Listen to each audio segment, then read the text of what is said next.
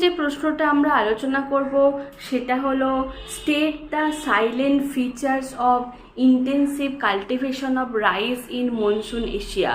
তোমাদেরকে এখানে মনে রাখতে হবে এই প্রশ্নের যে প্রশ্নটা রয়েছে তার দুটো পার্টে তোমাদেরকে অ্যান্সার করতে হবে। সেটা হচ্ছে ইন্টেন্সিভ কাল্টিভেশন অফ রাইস, অর্থাৎ ইন্টেন্সিভ কাল্টিভেশন, রাইসকে ইন্টেন্সিভ কাল্টিভেশন কেন বলা হয় মনসুন এরিয়াতে এবং তার ফিচার্সগুলো কী কী সেই বৈশিষ্ট্য সমেত ম্যাপ করে তোমাদেরকে লিখতে হবে। টোটাল এশিয়ার রেসপেক্টে লিখতে হবে, not only in India. Intensive cultivation তোমরা সবাই জানো, যেখানে কৃষি জমির তুলনায় মানুষজনের সংখ্যা বেশি হয়ে থাকে সেই কাল্টিভেশনকে বলা হয়ে থাকে ইন্টেন্সিভ, যেখানে প্রিমেটিভ যে সমস্ত ইনস্ট্রুমেন্ট অর্থাৎ কোদাল, কাস্তে, নাঙল এই সমস্ত ব্যবহার করা হয় এবং যেখানে ম্যান পাওয়ার অত্যন্ত বেশি, সেখানে আমরা ইন্টেন্সিভ কাল্টিভেশন করে থাকি। সেটা মনসুনটা এশিয়ার রেসপেক্টে লিখতে হবে। সেকেন্ড যে প্রশ্নটা রয়েছে সেটা হলো discuss the causes of rising importance of international trade in recent time.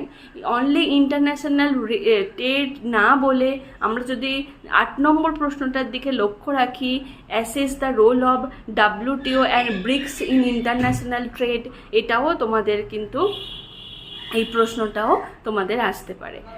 এবং থার্ড যে প্রশ্নটা আমাদের কাছে ইম্পর্টেন্ট সেটা হলো discuss critically Weber's theory of industrial location, অর্থাৎ ইন্ডাস্ট্রিয়াল লোকেশনের জন্য ওয়েবার যে থিওরি দিয়েছিলেন সেটার তোমাদেরকে ক্রিটিক্যালি অ্যানালিসিস করে লিখতে হবে। ঠিক আছে, মানে ওয়েবারের যে দিয়েছিলেন না, মেটেরিয়াল ইন্ডেক্স দিয়েছিলেন, কোথায় শিল্পকেন্দ্র স্থাপন হবে, সেটার জন্য তিনি যে থিওরি দিয়েছিলেন সেটা তোমাদেরকে লিখতে হবে।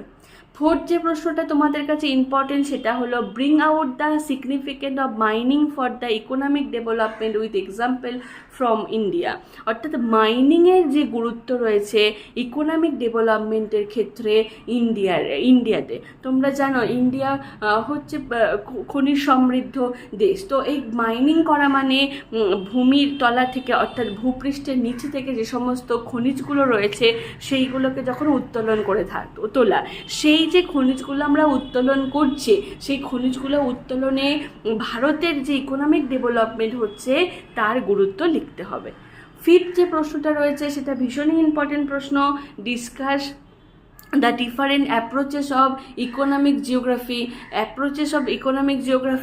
লিখতে হবে। ইকোনমিক জিওগ্রাফি যে বিভিন্ন ধরনের অ্যাপ্রোচেস বা ব্রাঞ্চেস রয়েছে সেগুলো লিখতে হবে এবং comment on the concept of economic man.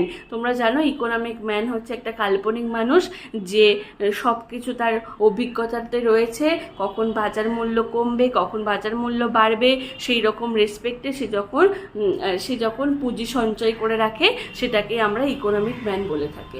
Six যে প্রশ্নটা ইম্পর্টেন্ট সেটা হলো give an outline of von Thunen theory and state its relevance in modern system of farming, অর্থাৎ ভন্তুনালের যে থিওরি রয়েছে সেই ভন্তুনালের থিওরির যে রিলেভেন্ট রয়েছে মডার্ন সিস্টেমে। তোমরা জানো ভন্তুন যে কৃষি বলয়ের থিওরিগুলো দিয়েছিলেন সেটা অত্যন্ত প্রাচীন, সেই থিওরি বর্তমানে কতটা আমাদের প্রযোজ্য সেটা তোমাদেরকে লিখতে হবে। তোমাদের কিন্তু যে কোনো এখানে একটা আসতেই পারবে, ওয়েবার না হলে ভন্তুনাল। তারপরে যে প্রশ্নটা ইম্পর্টেন্ট সেটা হলো accounts for the location pattern of the commercial fishing ground in the world, অর্থাৎ কমার্শিয়াল যে ফিশিং গ্রাউন্ড রয়েছে সারা পৃথিবীতে, অর্থাৎ যেখান থেকে আমরা মৎস্য আরোহণ করে থাকি সেই মৎস্য আরোহণের জায়গাগুলোকে তোমাদের যে 7টা জায়গা রয়েছে ইন্টারন্যাশনাল রেসপেক্টে সেগুলো লিখতে হবে। এখানে কিন্তু তোমাদের কমার্শিয়াল ফিশিং গ্রাউন্ড না দিয়ে শুধু classification of different types of ফিশও দিতে পারে, এটা 3 মার্কসে কারোর সাথে বড় প্রশ্নের সঙ্গে জয়েন করে দিতে পারে। 8 নম্বর প্রশ্নটা আমরা আগেই আলোচনা করেছি ইন্টারন্যাশনাল ট্রেড, শুধুমাত্র ইন্টারন্যাশনাল ট্রেড এরকম দিতে পারে, অথবা WTO এবং ব্রিক্স বলেও দিতে পারে।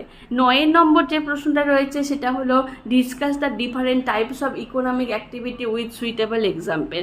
যে বিভিন্ন রকমের ইকোনমিক অ্যাক্টিভিটি রয়েছে আমরা জানি, প্রাইমারি, সেকেন্ডারি, টার্সিয়ারি, কোয়াটারনারি এবং কুইনারি, সেই অ্যাক্টিভিটিগুলো বৈশিষ্ট্য এবং উদাহরণ সহ লিখতে হবে। এর ভিডিও আমার একটা রয়েছে, সেটা তোমরা দেখে নিতে পারো, তোমরা নিশ্চয়ই উপকার পাবে। তারপরে যেটা রয়েছে সেটা হচ্ছে ট্রান্সপোর্ট অর্থাৎ রেলওয়ে, তারপরে তোমাদের জাতীয় সড়কপথ বা শিপিং লাইন যেগুলো রয়েছে সেইগুলো নিয়ে যে কোনো একটা কিন্তু তোমাদের প্রশ্ন আসতেই পারে, বড় প্রশ্ন। তো স্টুডেন্ট, যদি তোমাদের আমার এই ভিডিওটা ভালো লেগে থাকে তাহলে অবশ্যই আমাকে জানিও, আমার চ্যানেলটাকে সাবস্ক্রাইব করো এবং লাইক করো ও তোমার ফ্রেন্ডদেরকে শেয়ার করে দিও।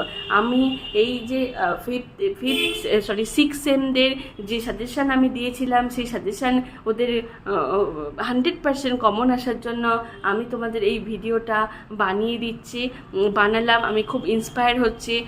তবে আমার এই ভিডিওটাকে চালিয়ে নিয়ে যাওয়ার জন্য তোমাদের কিন্তু আমার পাশে থাকতেই হবে। প্লিজ একটা করে সাবস্ক্রাইব করে দিও এবং শেয়ার করতে ভুলো না। Thank you. Hi students, today I will discuss about Geography Honours Semester 4 CC8 means Economic Geography 10 mark suggestion. Students, তোমাদেরকে এই সাজেশানগুলো আমি বানিয়ে দিচ্ছি। আমার খুব ভালো লাগছে যে এই সাজেশানগুলো থেকেই তোমাদের যে দিদিরা বা দাদারা 6 সেম এক্সাম দিচ্ছে, এখনও পর্যন্ত কন্টিনিউয়াস চলছে, তাদের যে বানিয়ে দিয়েছিলাম সিসি 13 এবং 14, সেখান থেকে প্রচুর কমন এসছে এবং তারা ভীষণ স্যাটিসফাইড। অনেকে আমাকে SMS করেছে, অনেকে আমাকে রিপ্লাইও দিয়েছে। তো সেই কথা থেকেই তোমাদের কাছে আমরা ইকোনমিক্স জিওগ্রাফির একটা সাজেশন বানানোর চেষ্টা করলাম, যেখানে আশা করছি তোমাদেরও প্রশ্ন কমন আসবেই।